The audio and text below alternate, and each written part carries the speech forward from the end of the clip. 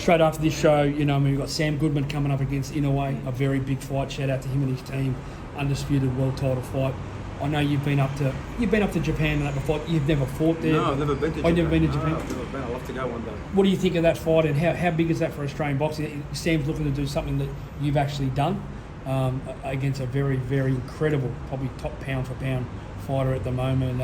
Big fight, January 24th. It's a tough ask, very tough ask, but you know you got to give respect. He's going in there. He's trying to test himself and he's trying to achieve greatness. Yes, I did it, but I was a little bit different kettle of fish. I was already in the US. I was already sparring the Manny Pacquiao's and over there and fighting over there and beat 2 former world champions in their backyard. So kind of different, but yeah, we'll see what happens. Interesting fight. All respect to him. Yeah. You know, go in there, give it your best, and we'll see what happens.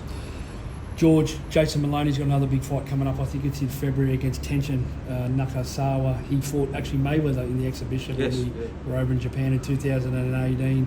TENSHIN obviously coming across from that kickboxing background.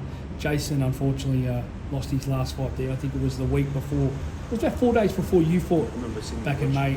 He's coming back in a big fight. How do you see that fight going, and how dangerous are these Japanese right now, and the movements they're making in the 118, 122 and 126 pound divisions? Yeah, the Japs at the moment, man, they're doing fantastic. They've got just something that's working real well. I think obviously INOUE is a big thing for all of them. They build that confidence and they see him doing it. He's leading the way. So look, it's a good fight because this guy's got a good name over there. He's obviously had the exhibition with Floyd Mayweather, so he's known. They're dangerous guys, they're ex-kickboxers. But again, Jason is a warrior. He's a guy that fights anyone. Obviously doesn't get that, credit and exposure that he deserves as well, like his brother. But he's going to go in there, and I believe, he can win the fight. If he boxes smart and sticks to a good game plan, he's got a good team, good coach. He can handle the business in Japan. Once we get through Sammy Goodman and obviously Jason, and all eyes really do turn to you.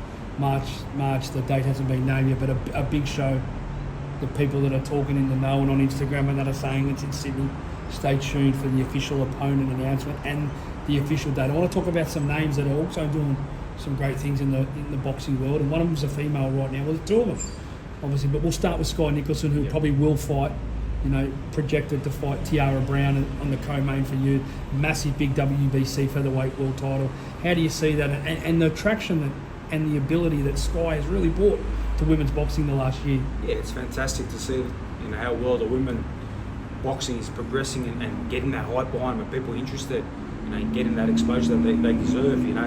It's only 3-4 years ago that women's boxing was unheard of, but it's progressed so much more now. So she's doing fantastic.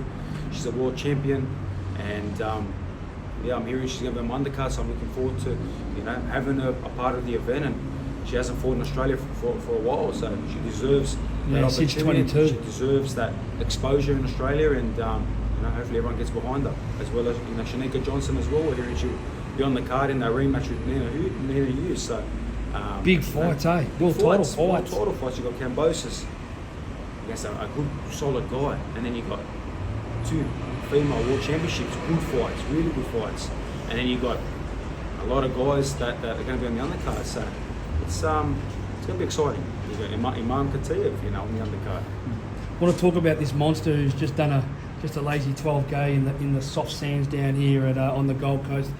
He's looking like his next fight will be on your undercard. George, you've been around a lot of fighters in camps. Yeah. You've been a lot of fighters around the rings.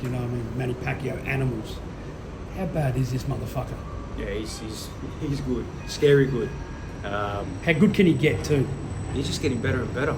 He's progressing better and better, and what he did to the Cuban, undefeated Cuban, just blasted him out.